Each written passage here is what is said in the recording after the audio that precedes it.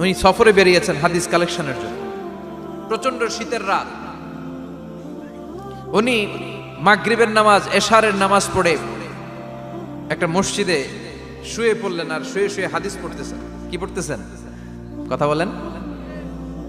আর মনে মনে ভাবলেন রাতটা মসজিদে কাটায় দিই, ফজরের নামাজ পড়ে আবার বেরোবো। কিন্তু দারোয়ান এসে বলে মসজিদে থাকতে পারবেন না, ওঠেন। দারোয়ান আছে না, কথা কন। আহমদ ইবনে হাম্বল বললেন আমি শুধু রাতটা থাকতে চাই, আমি তো ফজরেরও মুসল্লি, ফজর নামাজ পড়বো তো এই মসজিদে, আমার থাকতে দাও। দারোয়ান তো দেয় না, কেনা মসজিদে থাকার জায়গা না, যান মিয়া।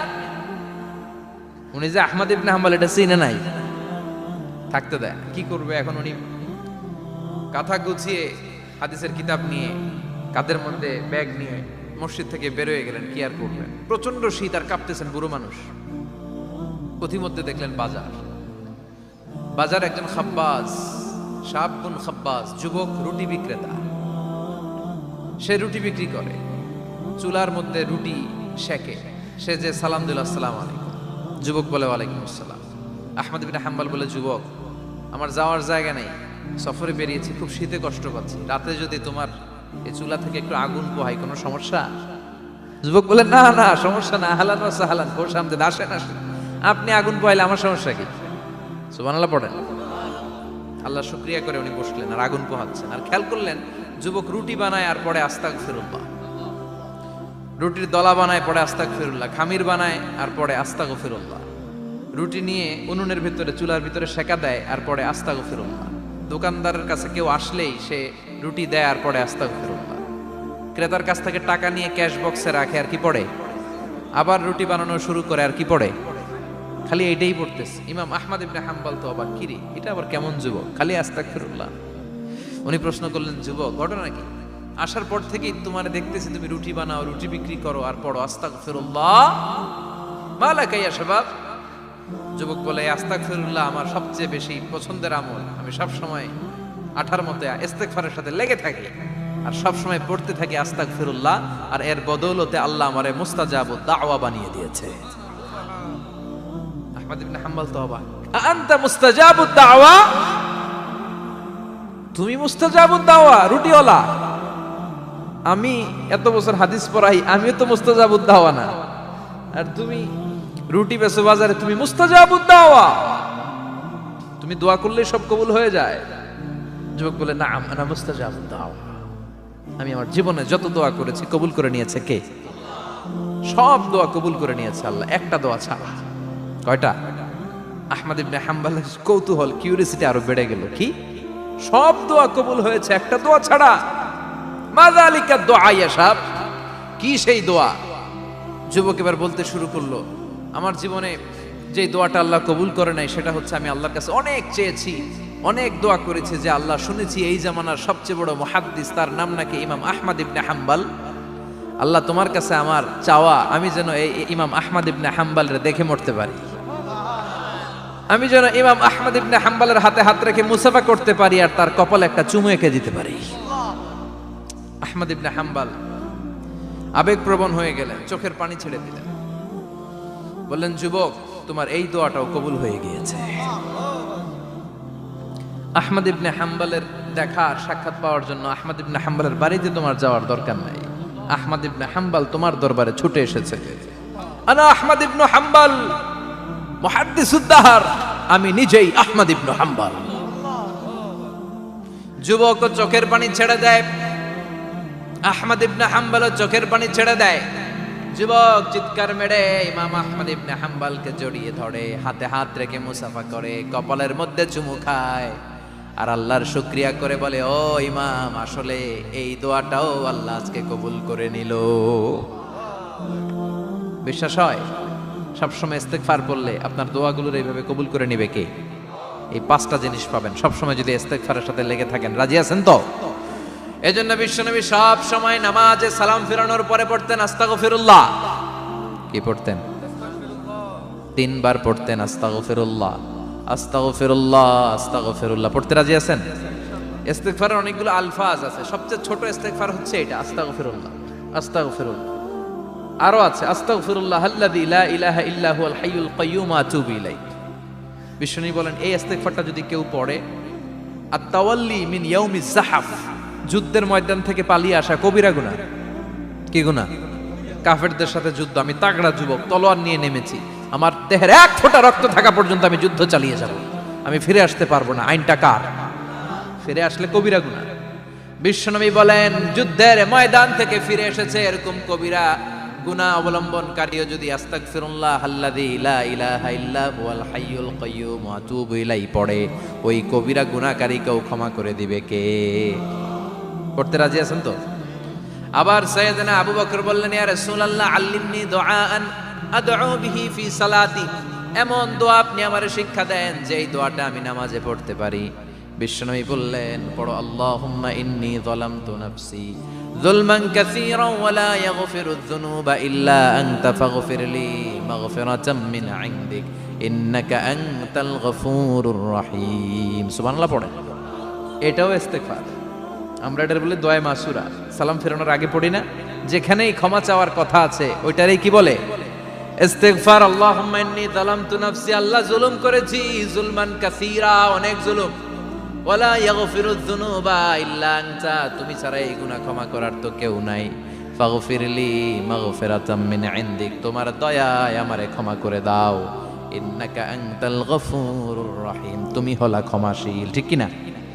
এটাও ইস্তেগফার, এটাও পড়বেন। আর এই সব ইস্তেগফারের শ্রেষ্ঠ ইস্তেগফারের নাম সাইয়্যিদুল ইস্তেগফার। যত ইস্তেগফার হতে পারে এর মধ্যে সবচেয়ে শ্রেষ্ঠতম ইস্তেগফার নাম কি? কথা কন। বুখারীর বর্ণনা, শাদ্দাদ ইবনে আউস রাদিয়াল্লাহু তাআলা আনহু বর্ণনা করেন, এই সাইয়্যিদুল ইস্তেগফার দিনের বেলা যে পড়বে ওই দিনে মারা গেলে সে জান্নাতি।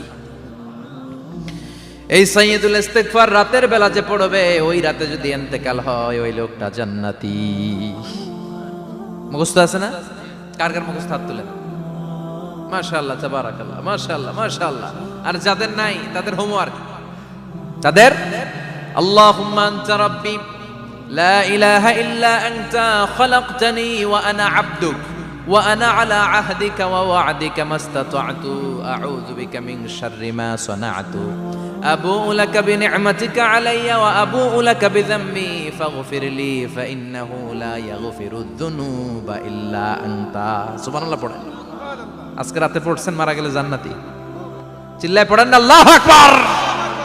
এজন্য বিশ্বনবী বলেন আমার আগের গুনাহ মাফ, পরের গুনাহ মাফ, তারপরেও প্রতিদিন আমি 70 বার তওবা ইস্তেগফার পড়ি। আজকে থেকে পড়তে রাজি আছেন তো? বেশি বেশি ইস্তেগফার পড়া যাবে না? একটু প্রাণ খুলে দিল খুলে আওয়াজ করে পড়েন তো আস্তাগফিরুল্লাহ। আর জোরে পড়েন আস্তাগফিরুল্লাহ। আবার সবাই পড়েন আস্তাগফিরুল্লাহ। সব সময় তওবা ইস্তেগফার যারা পড়ে তাদেরকে পছন্দ করে কে? সব সময় জিকির করে করে জিহ্বাটারে যারা ভিজিয়ে রাখে তাদেরকেও পছন্দ করে কে? আল্লাহ বলেন ওয়াজকুর রাব্বাকা ফি নাফসিকা তাদাররুআন ওয়া খীফাতান ওয়া দুনাল জাহরি মিনাল কওলি বিল গুদুবি ওয়াল আসাল ওয়া লা তাকুম মিনাল গাফিলিন। সুবহানাল্লাহ পড়ে। আল্লাহ বলেন ওয়াজকুর রাব্বাকা ফি নাফসিক, আল্লাহরে মনে মনে ডাকো, তাদাররুআন ওয়া খীফা, আল্লাহর জিকির করতে আল্লাহ বলেছেন ফি নাফসিক। বুঝতেছেন না অর্থ? ফি নাফসিকা, মনে মনে আল্লাহর জিকিরটা করো। তাদাররুআন ওয়া খীফা, তাদাররুআ মানে বিনয়ের সাথে, with full of humility, submission and humbleness, বিনয়ের সাথে আল্লাহর ডাকো। ওয়া খীফা, গোপনে গোপনে ডাকো। দুনাল জাহারি মিনাল কওল, চিৎকার চেঁচামেচি করে ডেকো না। কার কথা? আওয়াজ করে জিকির করো না। এই যে আমরা মাহফিলে লা ইলাহা ইল্লাল্লাহ জিকির করে, এটা তালিম। উদ্দেশ্য কি? তালিমের জন্য আওয়াজ করে জিকির জায়েজ আছে, কিন্তু ব্যক্তিগত জিকিরের যে ইবাদতটা এটা আস্তে আস্তে হইতে হবে, এটা ভদ্রভাবে হতে হবে, চিল্লাচিল্লি করে নয়। আবার তালিমের জিকির ওইটাও ভদ্রভাবে। ইন্নাল্লাহা জামিল ইউহিব্বুল জামাল, আমার আল্লাহ সুন্দর, আমার আল্লাহর জিকিরের মধ্যেও সৌন্দর্য আছে না নাই? কিন্তু এদেশে জিকিরের ভেতরে লাফালাফি আছে না নাই? বেশি না কম? কি বসেন বসেন, হ্যাঁ বসে যান তো, অনেক ধরনের আছে জিকির। হ্যাঁ বসেন বসেন, বসে যান। হ্যাঁ হাইবার আলী, এটা কি আবার জালালি? তো এই যে ইন্নাল্লাহা জামিল ইউহিব্বুল জামাল, আমার আল্লাহ সুন্দর, আমার আল্লাহর জিকিরের মধ্যেও সৌন্দর্য আছে না নাই? তালিমের উদ্দেশ্যে সবাই মিলে জিকির করা যায়, কিন্তু চিল্লাফাল্লা করা যাবে না, লাফালাফি করা যাবে না, মাথা ডানে বায়ে ঝোলানো যাবে না, ঠিক কি না? কিন্তু লাফালাফির জিকির আছে না নাই? লাফাইতে লাফাইতে, হ্যাঁ, গাছের আগায় বাঁশের আগায়, আবার যিনি জিকির পরিচালনা করে ওনার কান্দে যায় ওঠে, আছে না নাই? বিশ্বনবী সাহাবাদের নিয়ে জিকির করছেন, সাহাবারা লাফাতে লাফাতে খেজুর গাছের আগায়, হাদিসে আছে না এটা? বিশ্বনবী সাহাবাদেরকে নিয়ে জিকির করছেন, লাফাতে লাফাতে আবু বকর বিশ্বনবীর কান্দের উপরে, আছে, হাদিসে আছে। এটা জিকির নয়। কি সুন্দর দেখেন, ইসলাম বোঝা কত সহজ। ওয়াজকুর রাব্বাকা ফি নাফসিকা তাদাররুআ ওয়া খাইফা, গোপনে জিকির করো, ভদ্রতার সাথে বিনয়ের সাথে জিকির করো। ওয়ালা তাকুম মিনাল গাফিলিন দুনাল জাহারি মিনাল কওল, চিৎকার চেঁচামেচি করে জিকির করো না। যারা চিকফাল দিয়ে হই হই হই হই করে, আছে না? হই হই হই হই হই হইয়ের ভিতরে আল্লাহর নাম আছে, হ্যাঁ? এই যে হুই হাই হুই হাই, এই স্টাইলের যে জিকির, এটার ভিতরে আমার আল্লাহর নাম আছে? আল্লাহর নাম যদি না থাকে ওইটা জিকির হবে? কথা বলেন। বিষ্ণু বললেন, খবরদার, চিৎকার চেঁচামেচি করে লাফালাফি করে যারা জিকির করে এরা মনে করে আল্লাহ কানে শোনে না। কথা বলেন। আপনি গোপনেও আল্লাহর ডাকলে আপনার ডাকে সাড়া দিবে কে? এজন্য রাব্বুল আলামিন বলেন, ফাযকুরুনি আযকুরকুম ওয়াশকুরুলি ওয়ালা তাকফুরুন। বান্দা আমার জিকির তোমরা করো, আমিও তোমাদের জিকির করব, ঠিক কি না? আমরা যদি আল্লাহর জিকির করি, আমাদের জিকির করে কে? সুবহানাল্লাহ কইবেন না?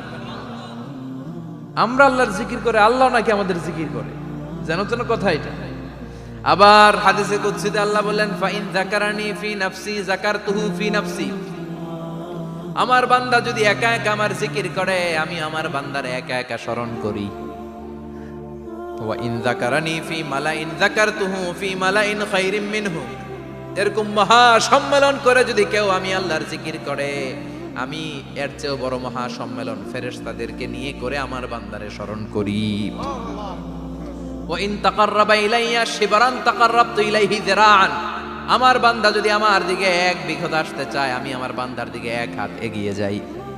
আমার বান্দা যদি আমার দিকে এক হাত আসতে চায়, আমি আমার বান্দার দিকে দুই হাত যাই। ওয়া ইন আতানি ইয়ামশি আতাইতুহু হারওয়ালা। আমার বান্দা যদি আমার দিকে হেঁটে হেঁটে আসতে চায়, আমি আমার বান্দার দিকে দৌড়ে দৌড়ে যাই। সুবহানাল্লাহ পড়ে। এজন্য বিশ্বনবী বলেন, লা ইয়াজালু লিসানুকা রাতবাম মিন যিকরিল্লাহ। আল্লাহর জিকির দিয়ে জিহ্বাটারে ভিজিয়ে রাখবা। কার কথা? চিল্লায় বলেন, কার কথা? সবসময় আল্লাহর জিকির করতে রাজি আছেন তো?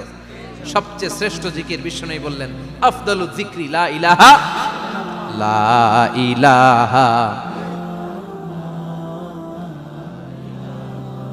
লা ইলাহা ইল্লাল্লাহু মুহাম্মাদুর রাসূলুল্লাহ সাল্লাল্লাহু। সবচাইতে শ্রেষ্ঠ জিকির লা ইলাহা। এর চেয়ে শ্রেষ্ঠ জিকির আছে? কথা বলেন।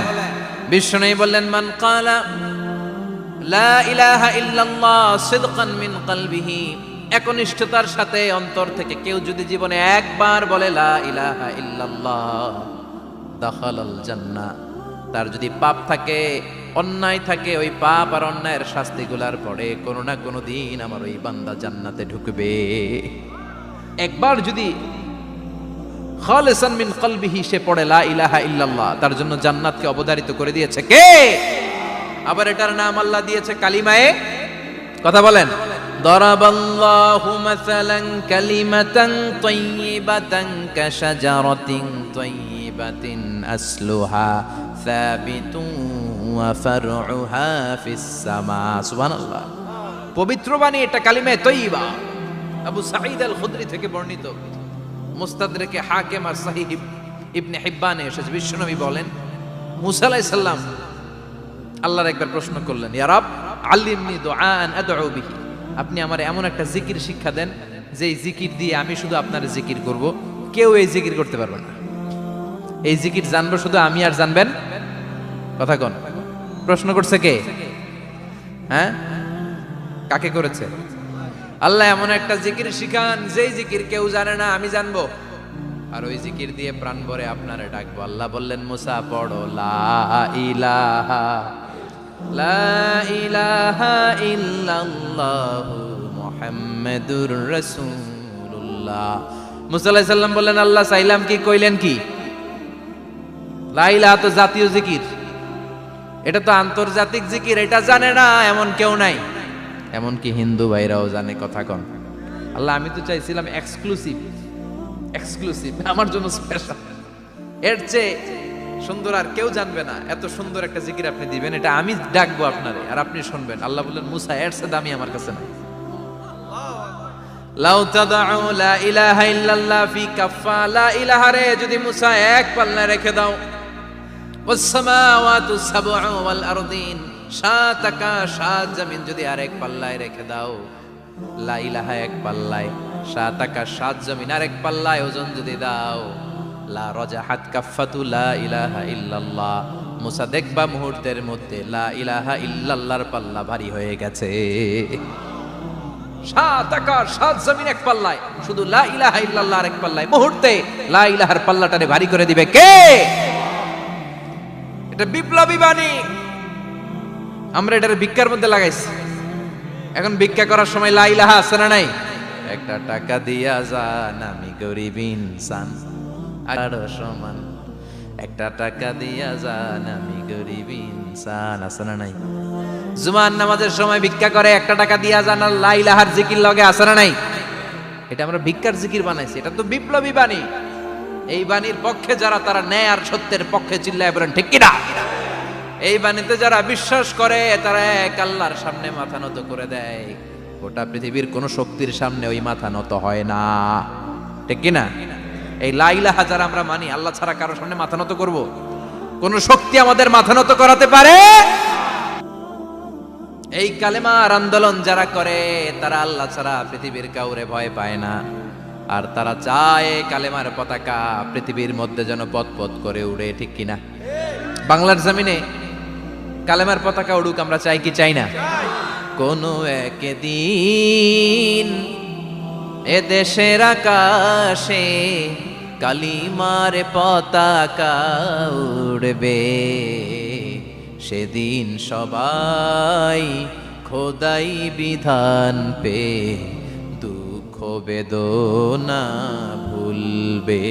কোন একদিন এ দেশের আকাশে কালিমার পতাকা উড়বে, সেদিন সবাই খোদাই বিধান পে দুঃখ বেদনা ভুলবে। চিৎকার করে বলেন ঠিক কিনা? এই কালেমার সমাজ যদি হয়, ওই সমাজে কেউ লাঞ্ছিত হবে না, ওই সমাজে কোনো নারী নিগৃহীত হবে না, ওই সমাজের কোনো কাজের মেয়েরা ধর্ষিত হবে না, ওই সমাজে দুর্নীতি থাকবে না, ঘুষ থাকবে না, চাঁদাবাজি থাকবে না, টেন্ডারবাজি থাকবে না। সমাজটারে শান্তি দিয়ে সমৃদ্ধ করে দিবে কে? এজন্য সব সময় জিকির করতে হবে একজনের, চিল্লায় বলেন তিনি কে? শ্রেষ্ঠ জিকির হচ্ছে লা ইলাহা। করতে রাজি আছেন? সব সময় জিকিরটা করতে রাজি আছেন? Every night and every day,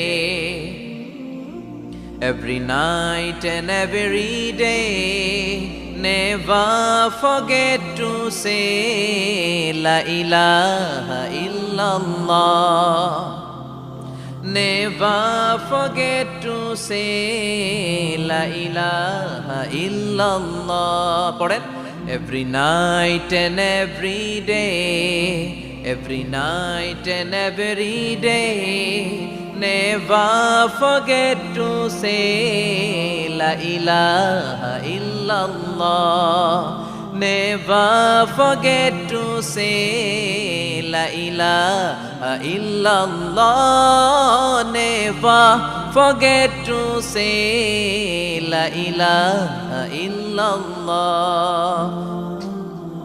When you're walking down the street, use your time and repeat and say in every heartbeat la ilaha illallah.